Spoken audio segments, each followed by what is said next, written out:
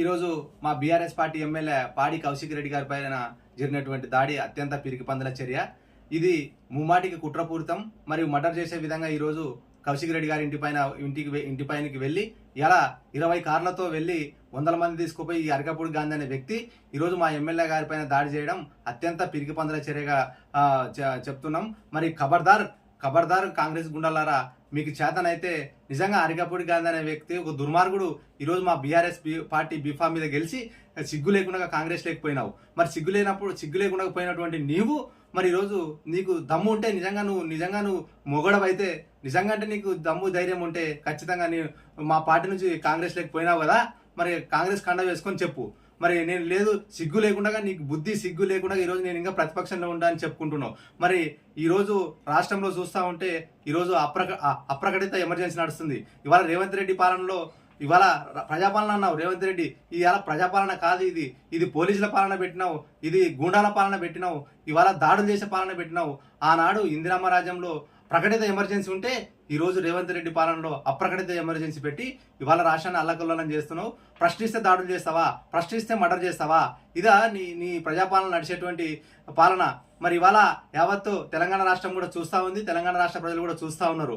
Police యంత్రాంగం కూడా ఈ రోజు నిమ్మకు నీరెత్తినట్లు వ్యవహరిస్తుంది. అంటే ఇవాళ రేవంత్ రెడ్డి కొమ్ము కాస్తుంది. ఇది ఎంతవరకు సమంజసం? ఇది ప్రజాస్వామ్యమా?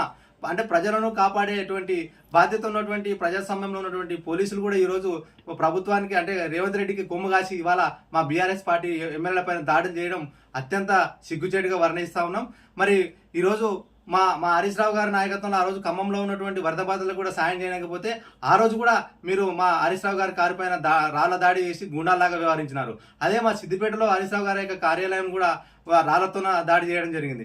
అంటే ఇవాళ మీరు ప్రశ్నిస్తే దాడులు చేసే సంస్కృతి తెరలేపడం ఇది కాంగ్రెస్ ప్రభుత్వానికి సిగ్గుచేటు. మీకు దమ్ము ధైర్యం ఉంటే నిజాయితీగా పాలించండి, ప్రజలకి ప్రజాపాలన అందించండి, ప్రజలకి పథకాలను అందించండి, ప్రజల పక్షాన ఉండండి తప్ప ఇవాళ మేము ప్రశ్నిస్తే మీరు ఈ రకంగా దాడులు చేయడం ఎంతవరకు సమంజసం అని ఇవాళ డిమాండ్ చేస్తా ఉన్నాం. ఖచ్చితంగా మా పాడి కౌశిక్ రెడ్డి పైన జరిగినటువంటి దాడి అనేది మర్డర్ అటెంప్ట్ కింద చేయడం జరిగింది. మర్డర్ చేయడానికి వచ్చిన అరికపూడి గాంధీ అనే వ్యక్తి వెంటనే అరికపూడి అనే గాంధీని తక్షణమే రిమాండ్ చేసి జైలుకు పంపాలి, కేసులు పెట్టాలి, పీడీ యాక్ట్ పెట్టాలి, మర్డర్ కేసు పెట్టాలి ఖచ్చితంగా. లేకపోతే ఇవాళ మేము అరికపూడి గాంధీని కూడా ఉరికించి కొట్టే పరిస్థితి ఖచ్చితంగా వస్తుంది.